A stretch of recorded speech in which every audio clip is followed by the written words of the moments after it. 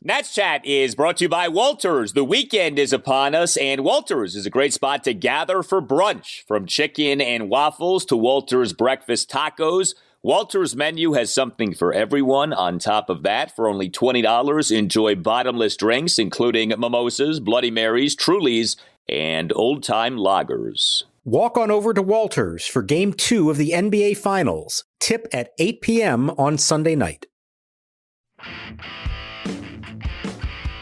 Now the line of the 1-1. Swing and a drive to deep left. Down the line. This may go, and it is gone. Goodbye. A home run for Nelson Cruz. The 1-2 from Minor. This one is hit hard. Down the left field line. Back toward the corner, and it is gone. A home run for Lane Thomas. Run in the second. Now 3 here in the third for a 4-2 lead. Soto hits one. Deep to right field. It is way back, and it is gone. Swing and a fastball hit in the air to right center field. Deep. Senzel going back, looking up, and it is gone. Goodbye. The second home run of the game for Lane Thomas. The 3-2 pitch to Thomas. Hit high and far, deep to left field, and it is way out of here. Lane Thomas hit that one to Akron. The third home run of the night for the Lane train. He chugs around the bases again, and the Nationals lead it 7-2.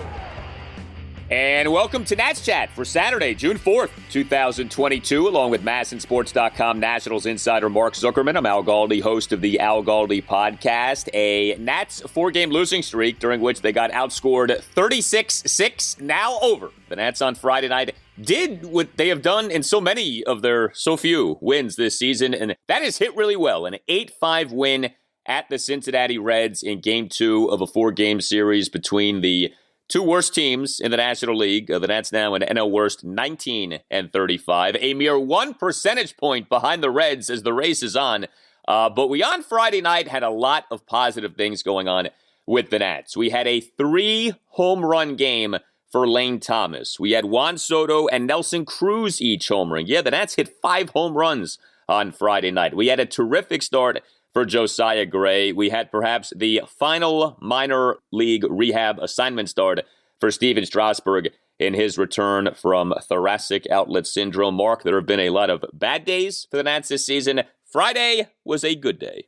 This is one of the better ones they've had. Really, when you put it all together, a night when the offense, as we've seen very often, when they win, they put together a lot of runs, and they did it, believe it or not, with the home run. 5 of them. It wasn't just Lane Thomas. 5 homers. You had almost an afterthought that Soto and Cruz both homered in this game. That's great news. You had Josiah Gray, after a very shaky start to the game, clamp down after that and pitch quite well. One of his better starts of the season. You had Steven Strasburg, of course, doing what he did at AAA. And yeah, I think for the first time in a while, I mean, I know the results don't matter that much, but boy, it feels like they needed this one. And not just winning the game, but sort of how they did it. And the way that everything played out over the course of the day, this is one that they can sort of sit back, take a sigh of relief and be like, okay, we had a good day. They do actually happen every once in a while around here. We'll get to Steven Strasburg coming up. I think if you're talking about like the most significant thing on Friday night in the game, it probably was Josiah Gray, but it's hard not to start with a guy who hit 3 home runs in a game. And Lane Thomas did just that on Friday night. 3 for 5 with 3 home runs and 4 RBI. This was the 7th time that a Nats player has hit at least 3 home runs in a game since the franchise moved to Washington, D.C. I mean, look, Great American Ballpark is a notorious bandbox of a ballpark. It was pretty funny. Thomas's first home run went just 349 feet per StatCast. That is what you call a bandbox. But a home run is a home run, and Thomas hit 3 of them on Friday night. He, in a 4-run Nats third, had a 1-out, 2-run homer near the left field foul pole on a 1-2 pitch. That was the 349-foot shot.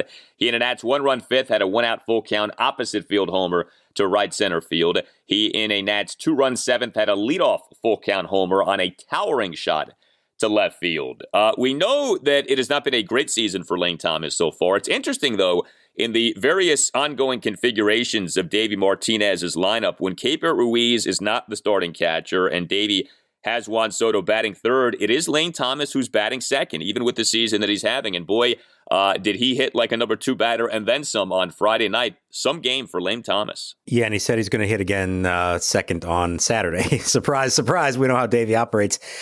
I think against lefties, he does like that. We talked about it, I think, back in Milwaukee a couple weeks ago when he was starting to heat up a little bit, and Davey kind of hinted that he might use him at the top of the lineup against lefties, and he did it for a couple of games. Well, that didn't go great, but Cesar Hernandez doing good to have the leadoff spot. But once he moves Soto to third, he's looking for a number 2 hitter, and you can understand why if Keibert Ruiz isn't starting, obviously Riley Adams is going to hit up there. So Lane Thomas isn't a bad choice, and he's made the most of these opportunities. But I got to go through the list here of the 3 homer games in Nats history. And remember the old Sesame Street game? One of these is not like the other. Here's the first 6 to do it in Nationals history. Alfonso Soriano, Adam Dunn, Ryan Zimmerman, Bryce Harper, Anthony Rendon, Kyle Schwarber. And now to that list, you add Lane Thomas. And this is nothing against Lane, who, as we know, has been way more than they ever could have expected him to be at the time of that trade last year, and has done some good things and may yet prove to be an important piece for them moving forward. But he's not the prototypical 3-homer guy that you would predict this from. And if I had said to you, if you had no idea who had done it previously, but I said, if I told you 6 players in Nationals history have hit 3 homers in a game, just off the top of your head, who would you guess they'd be?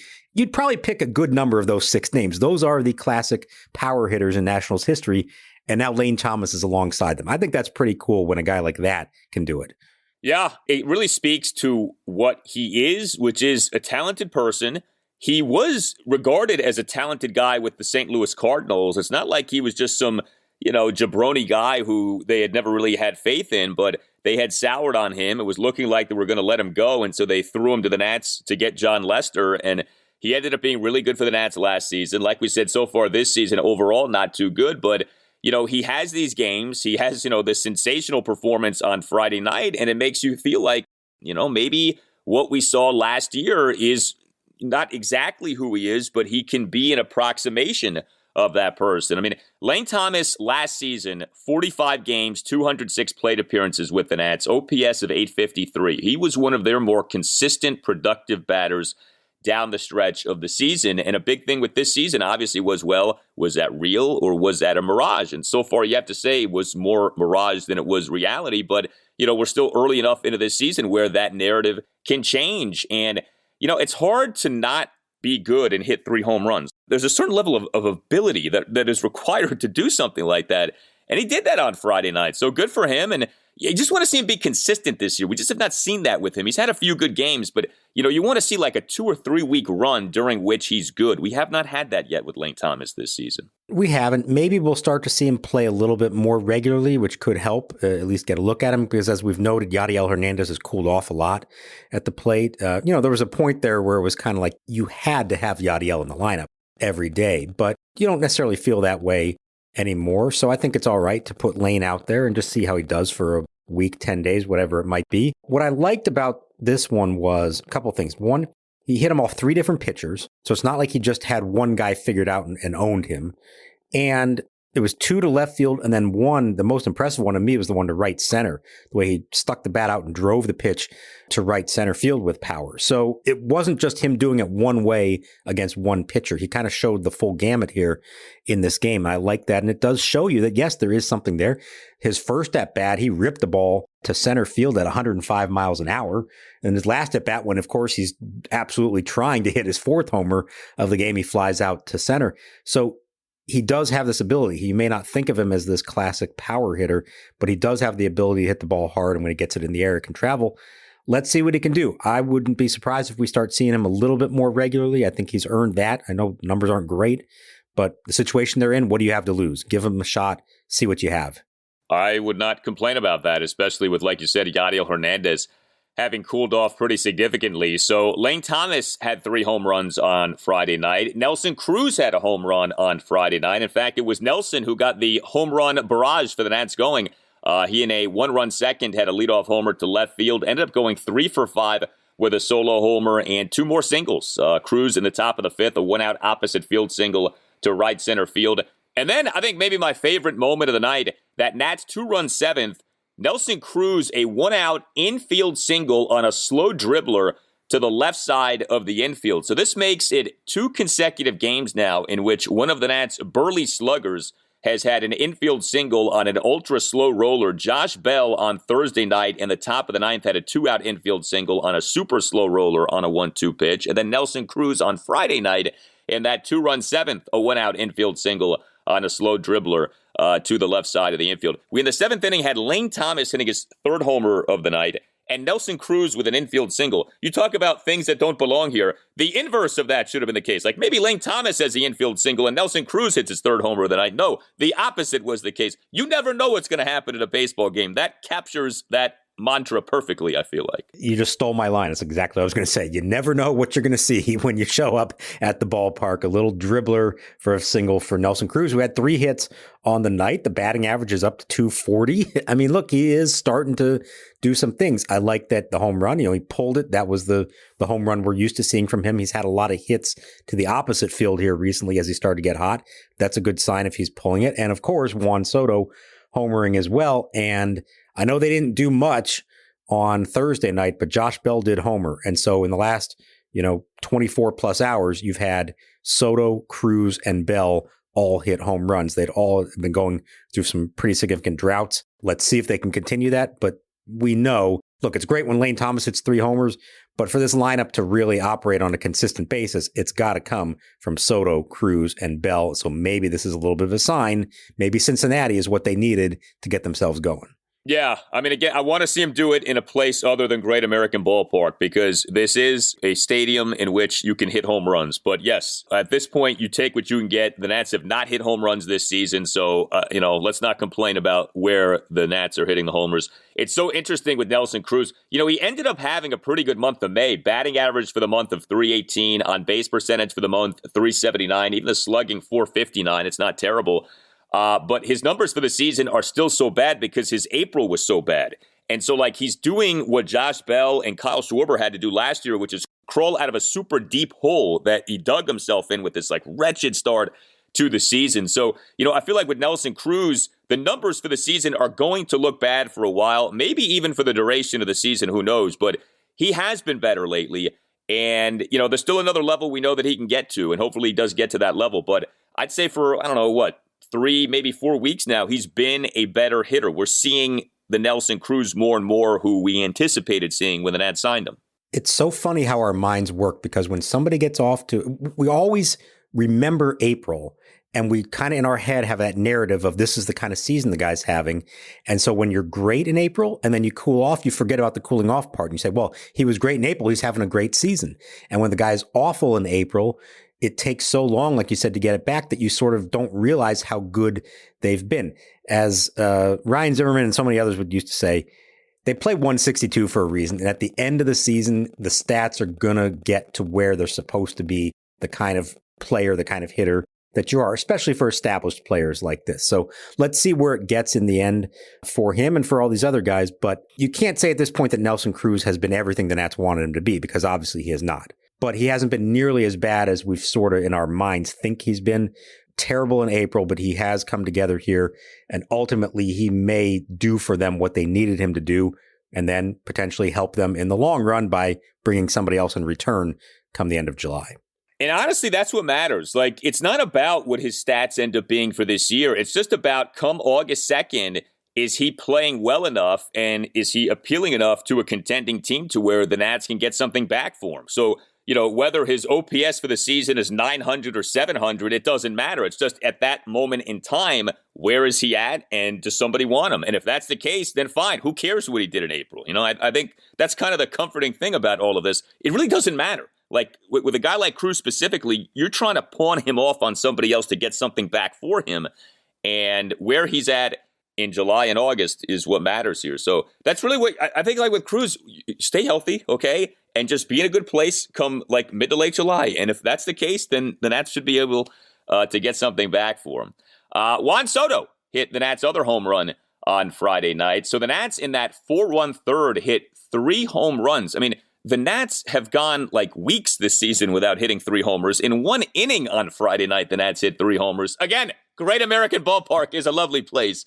And Juan Soto homer. Boy, does he need this. Soto, he'll have a good game, and then he'll go right back to struggling right now. He had a good game on Friday night. We'll see if this vaults him to anything or if he goes back to struggling over these next few games. But Soto on Friday night, 1 for 4, a solo homer and a walk. He in the 4-run third had a 1-out solo homer to right center field. He and Lane Thomas going back-to-back in that inning. And that was an impressive shot. That was a 400-foot shot per StatCast. That was a shot per StatCast that had an exit velocity of 110.3 miles per hour. So that was not necessarily a function of the ballpark. That was a big boy home run.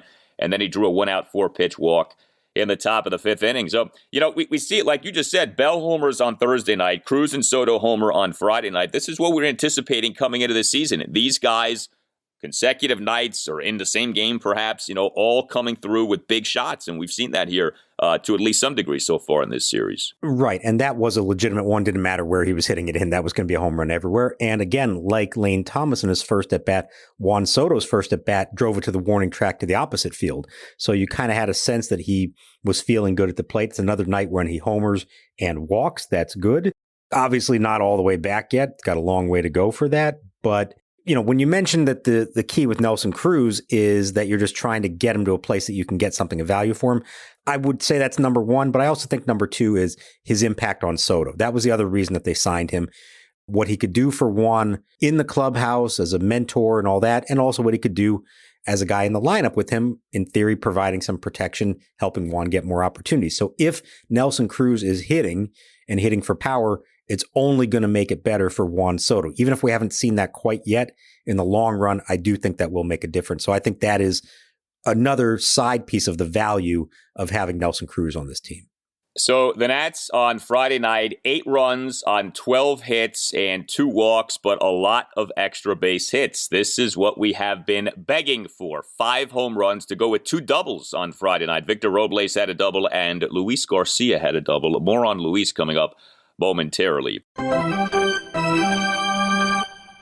Are you a law firm partner looking for a better situation for your practice and a blockbuster contract worthy of Juan Soto? If so, you should call Mason Kalfas of Zenith Legal in Washington, D.C. He works with law firms and lawyers on finding the perfect match. No platoons, just superstars. Some lawyers switch firms because of conflicts. Some lawyers switch firms for a better platform for their practice. And some lawyers switch firms for more money. You need the Scott Boras of legal headhunters working for you, and that's Mason. Mason will work with you to find a better fit for your practice and ultimately the best deal for you and your entire team. Call him today at 202-486-3535 or check out his website, zenithlegal.com. This is an unprecedented time in the legal market, and many top firms are looking to expand. Call Mason today. Zenith Legal also works with associates and distinguishes itself on personal service. Zenith Legal doesn't just spam resumes out to law firms. Zenith Legal talks to the right people and gets your resume in front of the decision makers who matter. Whether you are a Rainmaker partner or a mid-level associate, give Mason Kalfas at Zenith Legal a call today to accelerate your career. Call today, 202-486-3535. And now Gray ready to go into the windup. 2-2 to Stevenson on the way. Slider, strike 3 called. Locked him up. The inning is over. The other big positive for the Nats on Friday night was Josiah Gray. And, we've talked about Joe Ross, and I've done the thing of, spin the wheel, make the deal. There's an element of that with Josiah Gray. There are some games in which he looks great. There are other games in which he doesn't look so good. There are stretches in games in which he looks great, and then he doesn't look so good. And, you kind of have almost like this two-faced thing with Josiah Gray. So, it really does require with him, like, taking a step back and surveying it from 30,000 feet. Well, on Friday night, Josiah Gray got off to a very concerning start, but he ended up having one of his better outings on the season. 2 runs, 1 earned in 6 innings, 9 strikeouts. He ended up only giving up just 2 hits, a homer and a single. Did issue 3 walks and a wild pitch. He interestingly, over his 91 pitches, only threw 51 strikes versus 40 balls, but ultimately, hard to complain about 2 runs, 1 earned in 6 innings, with 9 strikeouts. Now, the concerning start was him giving up another home run and in the bottom of the first inning. So it made you say to yourself, oh boy, here we go again. Is this going to be one of these multi-homer outings for Josiah Gray in terms of giving up home runs? Bottom of the first, so a batter reaches base, Brandon Drury, on another defensive miscue by Luis Garcia at shortstop. He had a few shaky moments on Thursday night, including an actual error. And then he, on Friday night, commits a throwing error on a one-out full-count grounder by Brandon Drury. Garcia on a slow roller. He, shuffled his feet multiple times, maybe more than he needed to, and then made another one of these throws that pulled Josh Bell off first base. Boy, Josh Bell, he gets a workout on these Luis Garcia throws. He is constantly having to come off of first base. So Drury gets on base, and then Josiah Gray gives up a one-out first pitch, 2-run homer to Tommy Pham. And this play was a story in and of itself because Victor Robles nearly made a spectacular home run saving catch. In fact, he had the ball in his glove. It was right there. The pitch swung on, hit high in the air to center field deep. Robles going back to the warning track. He's there. He's at the wall. He leaps and he can't get it. Off his glove and over the wall onto the grassy berm in center field. A home run for Tommy Pham. Could not make the catch. I mean, you can't really fault him. He made a great effort, nearly pulled off a sensational play, did not. So Pham ends up getting a home run, and the Nats are down 2-0, and we say, here we go again with Josiah Gray. But no, we did not go again. He ended up pitching well, 9 strikeouts, and at the end of the game, I think you feel good about what we saw from Josiah Gray. You do, and there are times when the results matter, and maybe the process didn't all look great to get there, but in the end, he did what he needed to do. And I think there's something to be said for that. Obviously, he had really good stuff in this game to get 9 strikeouts in 6 innings. Now, the command was also off, so it was erratic. The walks, like you mentioned, a lot of deep counts, get ahead 0-2 and end up 2-2, 3-2. So some longer at bats, and that's why he couldn't go beyond the 6th inning. So there's still some refining there, obviously, but his slider, I think, was really on point. He had 7 swings and misses on that one. A lot of his strikeouts came on the slider. The curveball did not throw it as much, only threw it 14 times, but he threw 9 of them for strikes and got 5 swings and misses on that one. So I feel like the way this works with him is this. If he can throw those breaking balls in the relative vicinity of the strike zone, they don't get hit as long as he's not hanging it right over the heart of the plate. But if he can make it look like it's going to be a strike, those 2 pitches, especially because he throws both of them, there are very few guys who throw both the slider and the curveball. Those are really hard pitches to hit. The problem that he runs into, especially when he gets ahead in the count, is he'll try to throw one of those and try to be so good at it, the pitch comes out of his hand and you can tell immediately he's got no chance. And he bounces it or it's well out of the zone.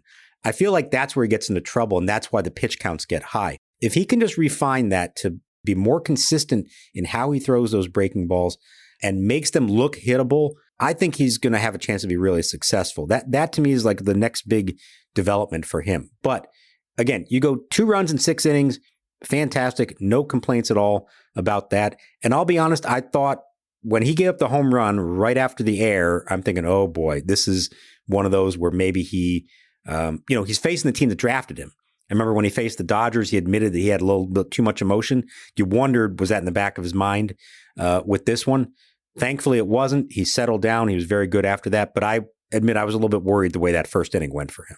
Well, I think you have to, just because the home run problem is undeniable. I mean, Yohan Adon has his problem with the walks, and Josiah Gray has his problem with home runs. And at this point, I mean, it's got to be in his mind. Josiah Gray now, over 128 innings in his major league career, has given up 33 home runs. That's a lot of home runs. And he's had games this season in which his outings have been almost ruined by just giving up the home runs. So it was good that was it. And, the rest of the outing, he was able to not give up any runs. Also, it's good to see him get back to striking guys out. He was doing that earlier in the year. Had kind of sort of gotten away from it lately. Some of it has to do with, I think, what you just outlined. But Josiah Gray gets himself, again, 9 strikeouts in 6 innings. He's averaging 9.89 strikeouts per 9 innings this season.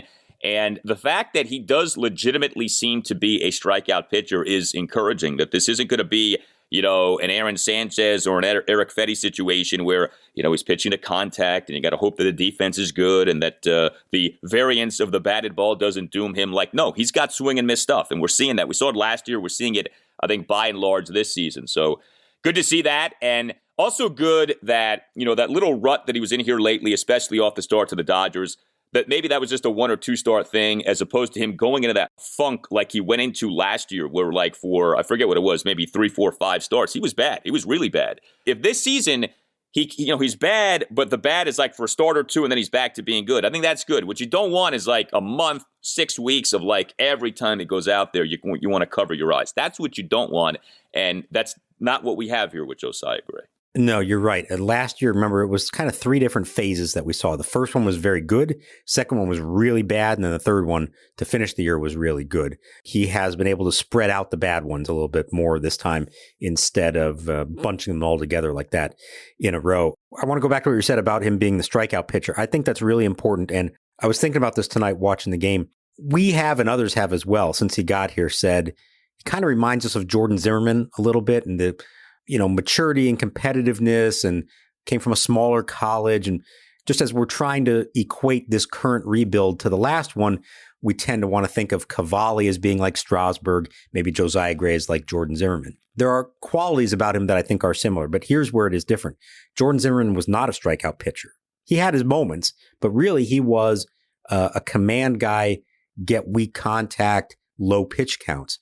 And Josiah is not that. He is a strikeout pitcher. Now, that can be an advantage. Certainly in the state of the game today, it's much harder to be successful the way Jordan Zimmerman did it a decade ago. So I think that's a good thing. But I do think there's some things that he can get better at in keeping the pitch count down, keeping the individual at bats shorter, and trying to put away hitters when he has a chance to early in the count. But ultimately, I like the fact that he is proving he can be a strikeout pitcher, because I think in 2022 and beyond, it's really hard to be successful in the big leagues without having that ability. Yeah, it's you can do it, but you're advised to take a different path, because it's just your margin for error is just so slim if you're not striking guys out. And the fact that he can strike guys out is a very good thing. We'll get to Stephen Strasburg in a moment. I do want to hit, though, on what went on with the Nationals bullpen on Friday. So we had more roster maneuvering for the Nats with the bullpen on Friday afternoon. Josh Rogers now is on the 10-day injured list, a left shoulder impingement. He's not looked good lately. Perhaps this helps to explain why he gave up that big 3-run homer to Kyle Farmer in the game on Thursday night. Andres Machado is back. He got recalled from AAA Rochester. And then with the Nats bullpen and this 8-5 win at the Reds on Friday night, so some good and then some not so good, really just from Victor Arano. But Carl Edwards Jr., a scoreless bottom of the 7th. Arano in the bottom of the 8th faced 4 batters, got just 1 out. He began his outing by giving up back-to-back singles and a wild pitch, then gave up a 1-out, 3-run homer to Joey Votto to cut the Nats lead to 8-5. Game kind of, was pseudo-close because of what happened with Arano in that 8th. But Kyle Finnegan came into the game, faced 3 batters, got the final 2 outs in that 8th inning, and then Tanner Rainey tossed a scoreless bottom of the 9th inning to get the save. So Finnegan and Rainey got some work. It was actually needed work with what happened with Arano. Good to see Finnegan and Rainey get the job done. And, it feels like over the last few days, we've had more transactions with Nationals relievers than we had the entire season up until this point. There's been a lot going on in terms of guys coming and going with that Nats bullpen. Yeah, and it started with, of course, the rain out in the doubleheader that forced them to get some fresh arms, and then the very short Eric Fetty start and domino effect of all these things. And it's funny, Fetty said that night, that kind of start can have a lasting effect, not just for a day or two, but maybe even a week. And maybe you're seeing a little bit of combination of all that. I don't know a lot about what's going on with Rogers. Apparently, he's going to get an MRI on Saturday and find out. They're calling it an impingement in his shoulders. That sounds like a nerve issue.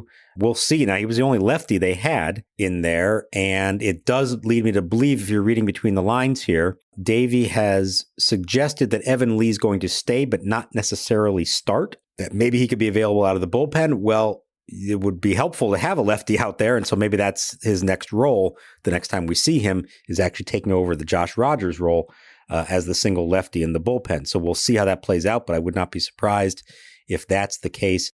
And I want to go back just a couple things about the relievers in this game. Arano, 4 batters faced. You said he got 3 of them out. The one guy he got out, Tommy Pham, was on the biggest meatball of a slider right over the plate that for some reason Pham just took. He just watched it go by. That had 3-run homer written all over it. Instead, it was the next batter, Votto, who did it. So that was a really rough outing for Arano. And I know he got the save, but I thought that Rainey was pretty shaky in this game. He starts off with a 3-run lead, falls behind the first hitter 3-0 and ends up walking him. This is a number 8 hitter, Lopez. We've seen Rainey do this where he walks not the big time hitters, but the bottom of the order hitters and gets himself into trouble because of that. It didn't cost him this time, but he set himself up for failure by walking the leadoff hitter there, and then a line out to center, a line out to right. There was some solid contact off him. I thought he was pretty fortunate to get through this game without making it even more scary than it already was. Yeah, walks have been a bit of a thing for Rainey this year. 16 and a third innings, 6 walks that he's issued. But he does get the save. He does have an ERA at 2.20, but there's obviously more to a reliever especially than just his ERA. So, yeah, that was not Rainey at his best, but he does end up accomplishing ultimately what he was supposed to go out there and do.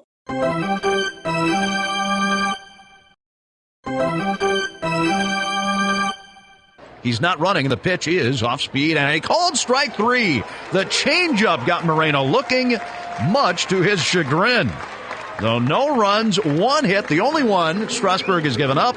All right, so let's get to Steven Strasburg here. So Strasburg on Friday night made his 3rd minor league rehab assignment start of this run here in the comeback from the thoracic outlet syndrome.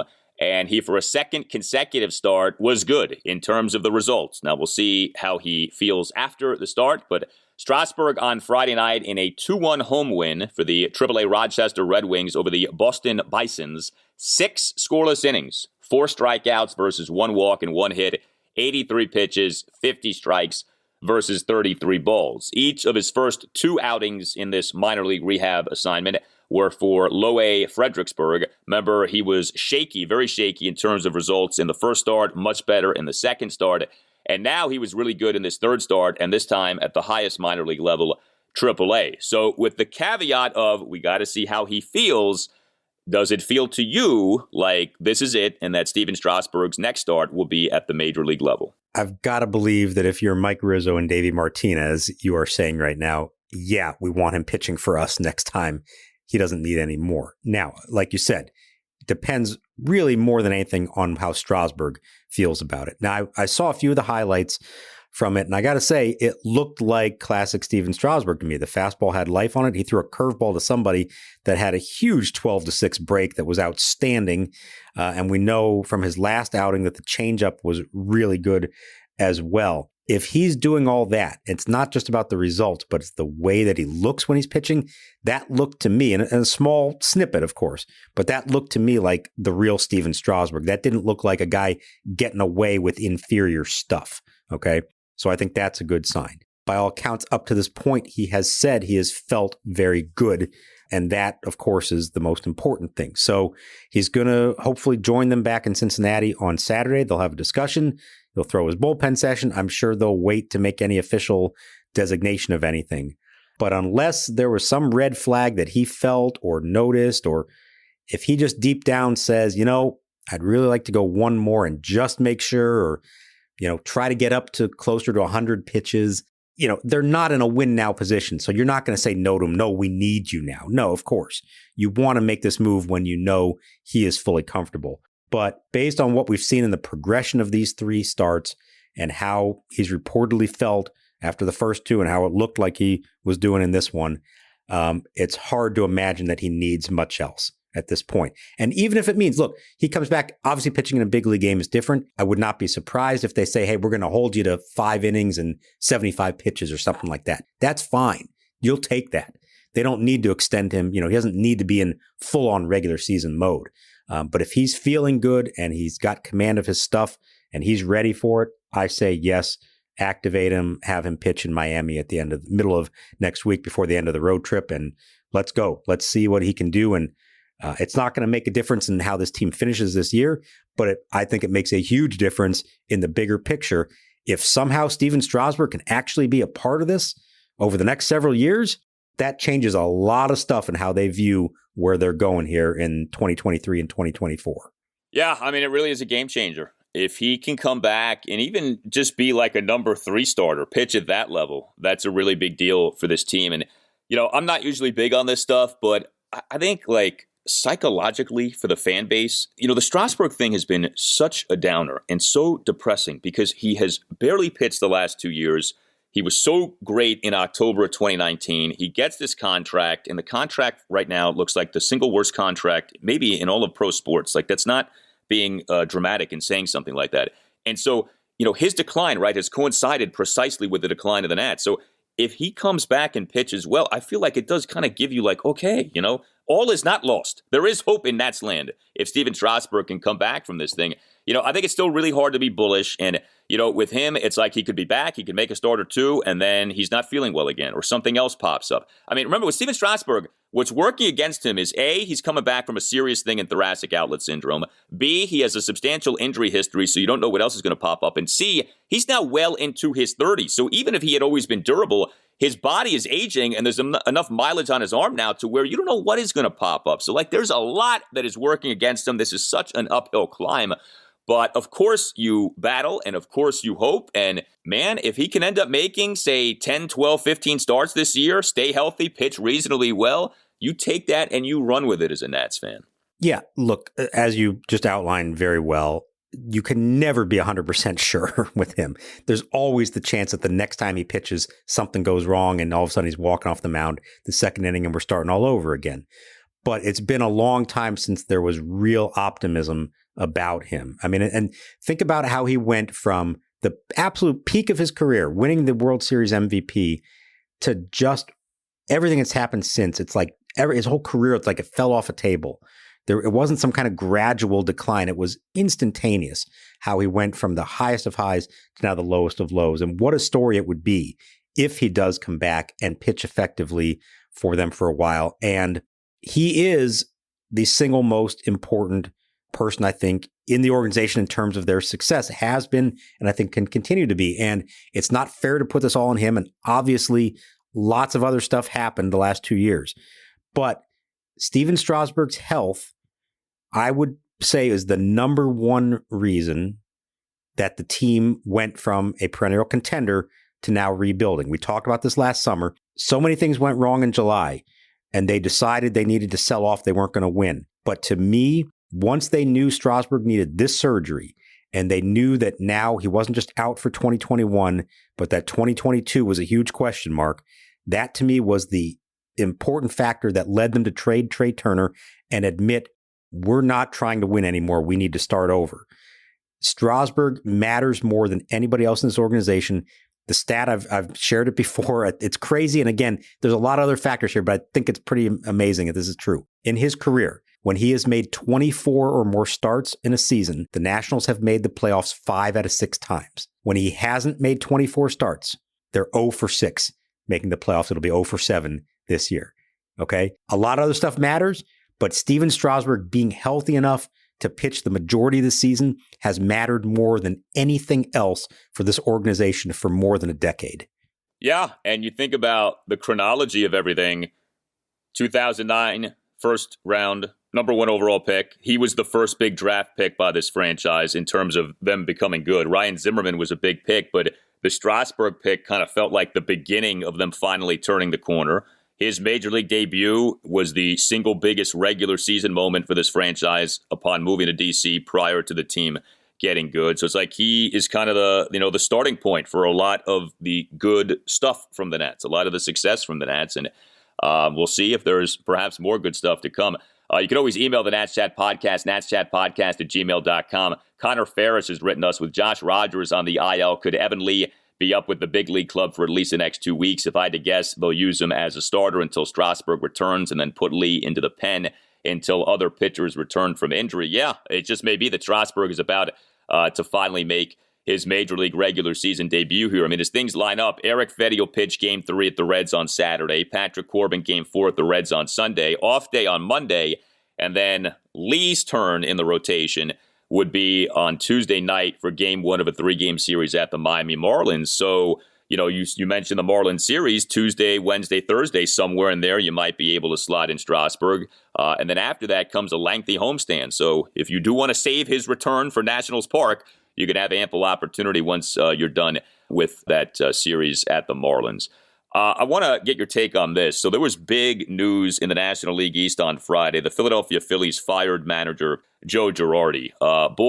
The Phillies, to me, they made such a mistake in getting rid of Gabe Kapler when you look at what he's done with San Francisco. And, people in Philly, they didn't like the analytics and they didn't like Kapler's new agey approach. Well, it seems to be working out well with the Giants. But anyway, that's a Phillies problem. But Joe Girardi's last season as Yankees manager was 2017, which was Dusty Baker's last season as Nats manager. Girardi was available after that 2017 season. There was some talk of the Nats potentially going after Joe Girardi. It's interesting, too. He's from the Chicago area. Mike Rizzo is from the Chicago area. Obviously, Davey Martinez got the job. Obviously, it worked out pretty well with the Nats winning a World Series in 2019. But did the Nats ever seriously consider hiring Girardi as manager in that 2017-2018 offseason? I didn't get the sense that he was a super strong candidate that year. He was in the mix, one of the names. When they really wanted him is going way back when, 2007. So when he was let go by the Marlins, despite having, I think he won Manager of the Year, and there was a whole issue with him and Jeffrey Loria, and, the Marlins were a disaster back then as they continue to be. He leaves, and they made a push for him then, and he sat out a year, I think at least 1, maybe 2 years before he then went to the Yankees. He didn't want to go to a franchise that at that point was still obviously rebuilding. And in the back of his mind, I think a lot of people knew he was waiting out Joe Torre to retire and that would maybe be the spot for him. And it worked out wonderfully for him there in the end. I did not get the sense that this time around they were as high on him for a variety of different reasons. Remember, Bud Black was actually their first choice. They didn't get that done in the end. They ended up with Dusty. I don't think that Girardi was really on their radar at that point. If you also remember last year, remember the Max Scherzer game in Philly where Joe Girardi asked them to check him for the sticky stuff and all that? Remember Mike Rizzo's comments after that? He's a con artist. He didn't like Girardi. He said some pretty nasty things that made me think there's some history there, that maybe they aren't the best of friends, despite both being Chicago guys. So maybe that's another indication that they were never all that high on him. But in terms of what happened with the Phillies, I don't blame Girardi for it, but I will say I didn't always think that he necessarily was the right fit there. And that organization, they're going on, they haven't made the playoffs since 2011. That's a long time. It's one of the longest droughts actually in the majors right now for missing the playoffs. They spent a lot of money on a lot of big bats. They still don't have pitching. They still can't play defense. They have not had a good farm system. I think they are a prime example of how not to try to build a winning team after going through a down cycle. They felt the pressure to try to win immediately, spend a lot of money, maybe not wisely, and now look where they are. Yeah, they have had like 1 foot in, 1 foot out with various approaches. They have had a really hard time establishing a bullpen. Like, we talk about the Nats and the hard time they've had consistently having good bullpens. The Phillies have been worse at that. And the defense has been a consistent problem. To your point, is it Joe Girardi's fault that the Phillies have underachieved in recent seasons? No. But, this thing of, we'll get rid of Kapler and bring in Girardi and that'll fix things. Like, no, that didn't fix anything. I remember talking about this on the radio. Girardi had a really good run with the Yankees, and he did the thing that's so hard to do in sports, which is be the guy after the guy. Joe Torre is out, Girardi takes over, and Girardi wins a World Series in his second season as Yankees manager, 2009, ends up lasting for years as Yankees manager, and has a good bit of success, certainly in the regular season, makes a bunch of postseasons.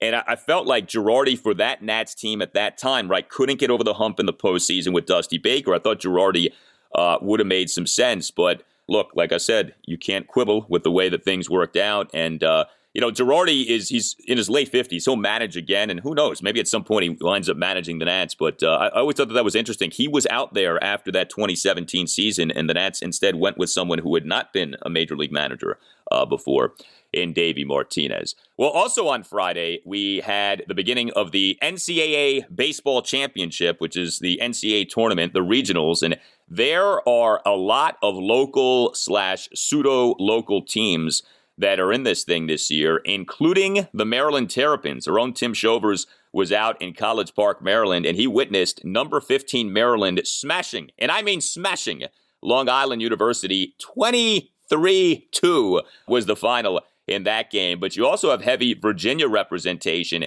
in the NCAA baseball championship. Virginia is in this thing. The Cavaliers beat Coastal Carolina on Friday 7-2. VCU is in this thing. VCU beat Georgia on Friday 8-1. And Virginia Tech might be the best team out of all of these teams. As we tape this installment of the Nats Chat podcast, the number 4 Hokies are up on Wright State 15-8. I know that college baseball isn't for everyone, but the way that the NCAA determines its champion in baseball, I think is pretty cool with these regionals and the College World Series. And there is, I think, like increasing interest in college baseball. And in this area particularly, Maryland, when I went to Maryland baseball was not good at all. It has improved greatly.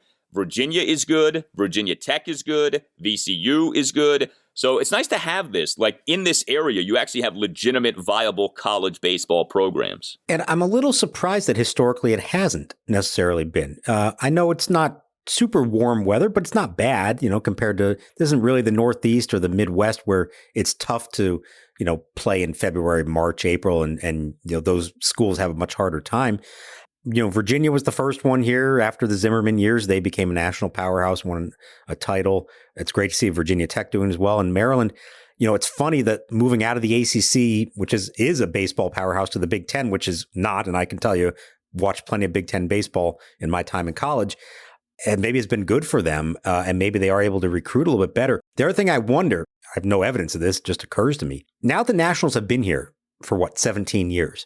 You have a whole generation of kids growing up with baseball in town. My son plays Little League. It's a big deal around here. Like, I feel like youth baseball is a big deal. And maybe historically it wasn't thought of as highly. I don't think of it as a big basketball and football area on the amateur level. But maybe baseball is becoming more of that. And maybe kids who grow up in this area who are good at baseball don't have to look south, but they can actually look right here and stay relatively close to home. And maybe that bodes well in the long run for the status of baseball in the Mid-Atlantic. It's not just at the professional level, but there can be a trickle-down effect of all that. Yeah, there's a pretty healthy set of minor league teams in this region as well. So, all of that helps. It doesn't hurt. All of that helps to kind of build the culture of baseball in this region. No doubt about that. You tell us what you think. Hit us up on Twitter at Nats_chat. You can email the podcast, natschatpodcast@gmail.com. That's natschatpodcast@gmail.com. Shout out to Ray Mitten, who was at Great American Ballpark on Friday night, proudly wearing his red Nats Chat Podcast t-shirt. The only thing better than wearing a Nats Chat Podcast t-shirt to Nationals Park is wearing a Nats Chat Podcast t-shirt to a Nats road game. I think that's my favorite thing. We got people traveling wearing the t-shirt. I think they actually maybe charge you more to go to those games at those opposing ballparks. But still, it's great to get those photos. We put it out on our Twitter feed at Nats_chat. All Nationals radio highlights on Nats Chat are courtesy of 106.7 The Fan. For Mark Zuckerman, I'm Al Galdi. We'll talk to you next time on the Nats Chat podcast. We continue to welcome your memories, your stories of that 2012 Nats National League East Championship team, as of course this season is the 10-year anniversary of that season. And so we leave you right now with this voice memo from one of our favorites, the Rally Mullet, his memories of the 2012 Nats. Hey, what's up, Nats Chat Podcast, guys? How you doing? This is the Rally Mullet, and I wanted to give to you my 2012 memories. April 28th, I remember that Bryce Harper was called up against the Dodgers. There was a series that he ran into the wall a few times, and a bat hit him in the head a few times. I think they won a few out of there. I'm not sure. I remember in May, me and a buddy, as a Baltimore fan, got together to see him play on a Sunday. Sold out tickets to the place, so we had to buy standing room only. Strasburg pitched. Strasburg hit his first home run there. Harper had a couple RBIs. And we ended up playing the Braves, and they were about to sweep them. I went to a game in August where they had Chipper Jones night, and the Nats ran into a buzzsaw. They could not score, and they didn't sweep them, but still, they were up by enough games to win the division that year. And then turned out like the dates lined up where the Nats played games 3 and 4, where they played against Carpenter, the Edwin Jackson, and against Chris Carpenter. Somehow or another, they lost that game. And of course, the next game, which was the best game up to my date at that point, was the Earthquake. And I just remember sitting exactly in the left field stands, and that whole at bat where he was fouling off pitch after pitch. I believe it was like 13 pitches. And every pitch we kind of were like cheering whether or not it would be a home run, or something with Howard strike out, because it was, had 2 strikes on him. And next thing you know, he connects on one. It just drills it out over our heads, and everyone just crazy and absolutely in unison screamed and made this like earthquake. And it was an amazing time. All of us thought we had won the World Series at that point. But anyways, it was amazing, and I appreciate you guys having the podcast and asking the question. Take care.